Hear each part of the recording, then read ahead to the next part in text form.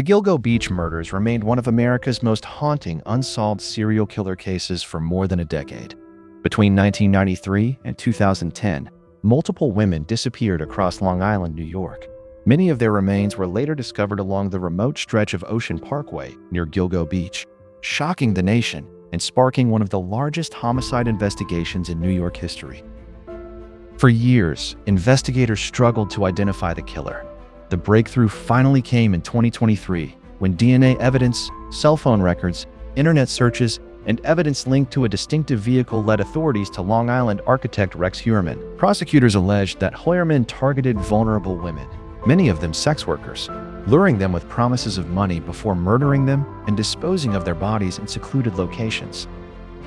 In April 2026, Heuermann pleaded guilty to 7 murders and admitted to an 8th killing, bringing a dramatic end to years of speculation, investigation, and courtroom battles.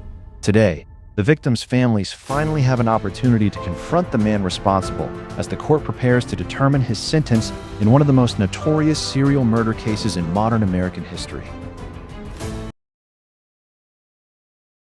Thank you, Your Honor. I knew the victim impact portion of the sentencing would be impactful, but that was spectacularly impactful. And I want to thank the victims not only for their words in the courtroom, but I also want to thank them for their support of us, the District Attorney's Office, the task force in this case, and their loved ones, right from the very beginning. They're truly extraordinary people. I want to thank the court as well, Your Honor, for the many courtesies that you extend both to myself and Mr. Brown and his team. So thank you very much for that, Your Honor, and thank you to your staff and the court officers as well. With regard to the sentence, Your Honor, the people respectfully request that the court impose the bargain for sentence of this case, which is 3 consecutive life sentences without the possibility of parole on the 3 murder and the first-degree convictions pertaining to counts 1 through 3 of the indictment regarding Melissa Barthelemy, Megan Waterman, and Amber Costello, followed by 4 consecutive sentences of 25 years, between 25 years and life imprisonment to run consecutive to each other and consecutive to counts 1 and 3 pertaining to the murder and the second-degree convictions regarding, in count 7, Maureen Brainerd Barnes, in count 8, Jessica Taylor, in count 9, Valerie Mack, and in count 10, Sandra Castilla. I should note, Your Honor, that although the defendant didn't plead guilty, he did take responsibility for the murder of Karen Vergata. Your Honor, this request is made and based on, of course, the bargain for disposition in this case, facts and circumstances of this case, the effect that this defendant's crimes have had on the victims and their families, which we've just heard about, and the defendant's character and background. All of those considerations, Your Honor, demand the maximum sentence allowed by law. First and foremost, I want to talk about this defendant's crime and the effect that it's had on the victim's family.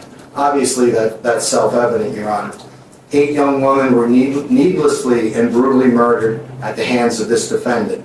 And thanks to the victims' families, the court has learned a little bit about their ordeal, the ordeal that each of these families have gone through as a result of this defendant's actions. It couldn't have been easy for those people and those family members to stand up in court. This isn't what they do, Your Honor, but they did it anyway because they love their family members. They got up, they told their stories, and I want to thank them for that because they said it in a way that only they could, and they said it way better than I could, and that I will. So I'm not going to belabor the point. I'm going to let their words speak for themselves. But suffice to say, Your Honor, that the effect that this case has had on them is overwhelming. Not only on the victims who lost their lives, but also on the victims' mothers, siblings, children, friends, significant others, aunts, cousins, and again, we heard a little bit about that. That pain, Your Honor, is ever present, it's intergenerational, and it's never going to end for any of those family members. But we also saw, notwithstanding that, Your Honor, they were also able to rise above it and overcome it. And again, They are the inspiration to our team, and they are what this case should be about. Their strength and their resilience. Again, Your Honor, they said it best. I'm not going to belabor the point. Suffice to say that the defendant has earned a maximum sentence in this case based solely upon the effect that he has had on the victims and the victims' families. But of course, Your Honor, that's not all. The particular facts and circumstances of this case and the defendant's character or lack thereof cry out for the maximum sentence as well.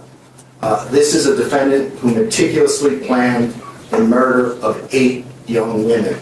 He obsessed over every detail as a means to both prepare for the next murder and also to relive the twisted gratification and sick pleasure he derived from taking the lives of 8 young women.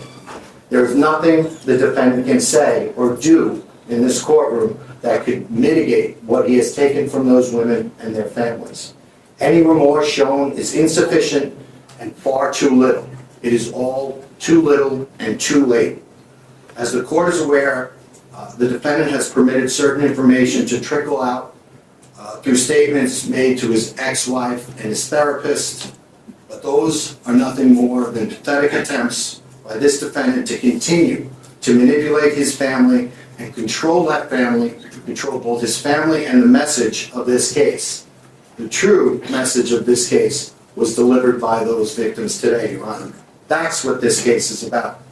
And I submit that nothing that this defendant has to say past his arrest, which occurred in July of 2023, anything he says beyond that is meaningless and self-serving. It's meant merely to deflect from his own guilty actions. I have no doubt that this defendant is very sorry. He is sorry. He is sorry he got caught. What is important, Your Honor, is the statements made by this defendant prior to his arrest and the actions taken by his defendant prior to that arrest as well, because those things reveal what this defendant is truly about. Who this defendant truly is seen in that planning document that was recovered from one of the defendant's electronic devices that was recovered by the task force during the execution of the first search warrant. In that document, the defendant coldly plans out the murder of multiple women as though he was addressing a math problem or filling out a shopping list. Absent from that document is any regard or concern for the humanity of those women and the lives he took. It is clear that these victims meant nothing to that defendant. He addresses issues and problems arising out of mass murder only in the context of how those issues affect him. He gives himself reminders regarding his own comfort, and he has no regard for the pain he inflicted upon those victims. And just real briefly, Your Honor, from that, you see when he talks about what he needs to dispose of, he talks of props, toys, wood items that he made himself with members of his own family, that he kept in his house and he used during the execution of his murders, only to destroy them. He talks about how sound travels, i.e. a bird outside.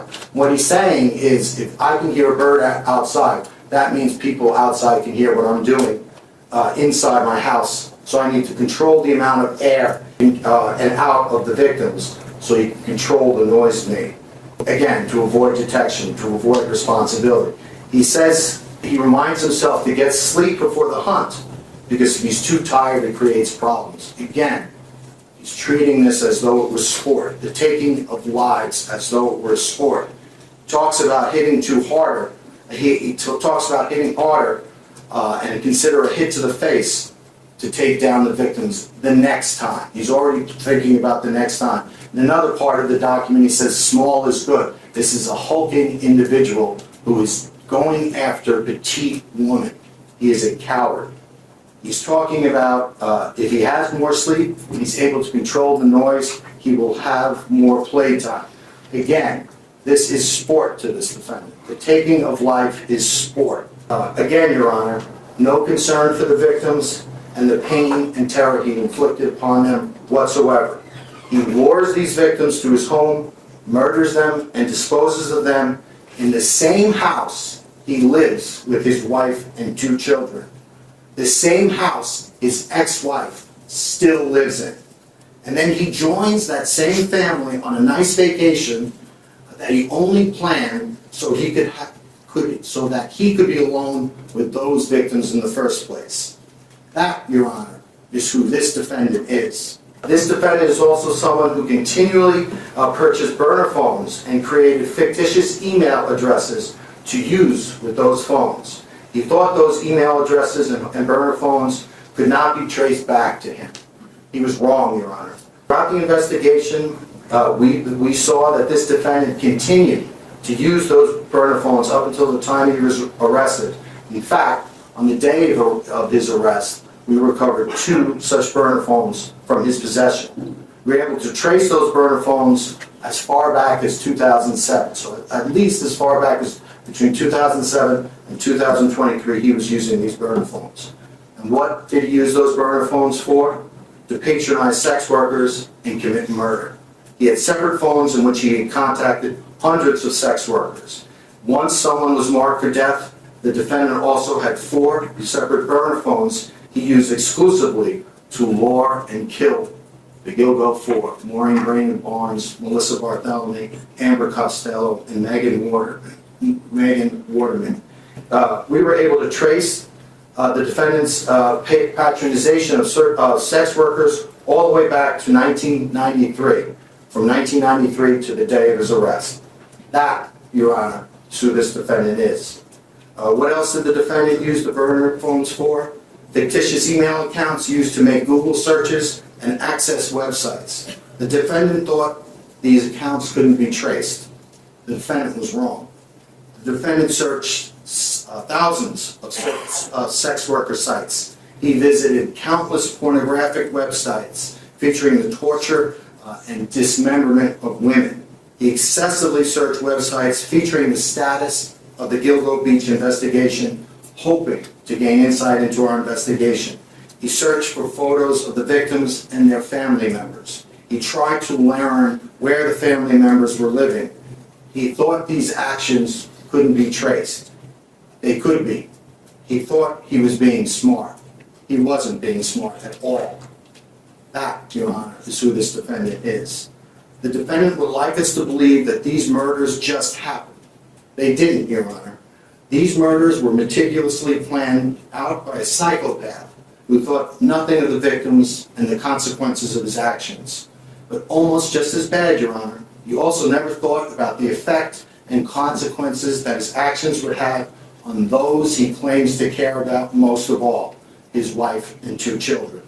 Moreover, rather than express remorse or contrition for his heinous actions, he has sought to enrich himself for this conduct through his own family, who he continues to manipulate and control behind bars. If there is one thing that this case shows, it's that this defendant cares only about himself and his sick interests. He is incapable of caring about he is not capable of caring about anything else, and that includes his own family.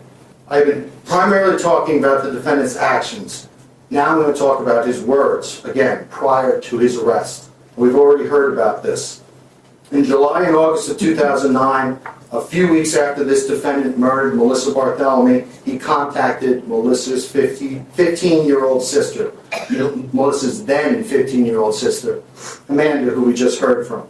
And he used the same cell phone that he stole from Melissa after he murdered her. So he stole Melissa's life, and then he stole her cell phone and used it to call her 15-year-old sister. Murdering, torturing, and tormenting Melissa Barthelemy wasn't enough for this defendant. He also wanted to torture and torment a 15-year-old child. And what this defendant said to that 15-year-old child after he murdered her beloved sister is detailed in the pre-sentence investigation, and Amanda talked about it. I'm not going to get into the details of that, but suffice to say, Your Honor, any person who would say those things to a grieving 15-year-old child, desperately trying to find her missing sister, that person is not good, as this defendant self-described himself to probation personnel in the pre-sentence investigation report. Quite the opposite, actually. This defendant is a monster, incapable of remorse, redemption, or rehabilitation. But there's one portion of that conversation that I am going to talk about that I want to highlight, and that's the end of the portion of the series of conversations with Amanda, when Amanda asked this defendant if she was ever going to see her sister again. And the defendant told her, and I'm paraphrasing, "I can't tell you whether you're going to see your sister again, but I am going to wait, and then maybe I'll come tell you myself." Again, trying to torture that 15-year-old girl. And Your Honor, is all you really need to know about this defendant and who he is. He's smug, confident, not nearly as smart as he thinks he is. He delights in terrorizing others. He's always obsessed with himself and his own desires, and he cares nothing about the consequences of his own actions or the effect those consequences have on other people, including his own family members. But getting back to that statement, Your Honor, there's irony in that statement, because on that day that statement was made, it marked the time that Rex Heuermann went from being the hunter to becoming the hunted.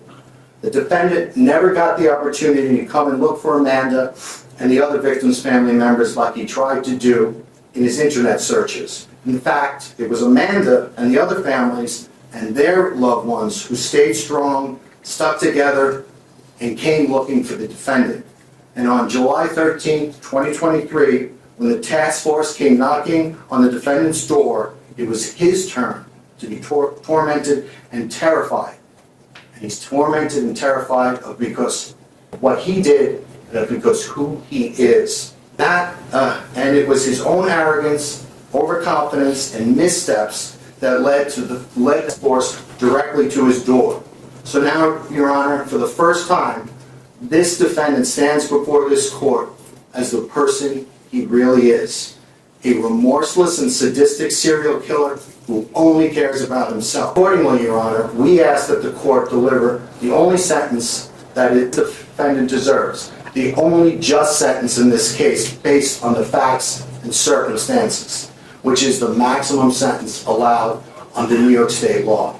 Thank you, Your Honor. Thank you, Mr. Tierney. How you doing? All right. After years of unanswered questions, the Gilgo Beach murder case has reached its final chapter. Rex Heuermann was sentenced to life in prison without the possibility of parole after admitting responsibility for 8 murders committed over a span of nearly 2 decades. The sentence ensures that he will spend the rest of his life behind bars. The sentencing hearing was marked by powerful victim impact statements from family members who described years of grief, uncertainty, and unimaginable loss. Many confronted Heuermann directly, demanding accountability for the pain he inflicted on their loved ones and the lasting trauma left behind. Judge Timothy Mazzei condemned Heuermann's actions, describing him as a coward and emphasizing the devastating impact of his crimes. While no sentence can undo the suffering endured by the victims and their families, the conclusion of this case brings a measure of justice after more than a decade of investigation. The Gilgo Beach murders will remain one of the most infamous serial killer cases in American history, a reminder of the victims whose lives were stolen and of the relentless efforts that finally brought their killer to justice.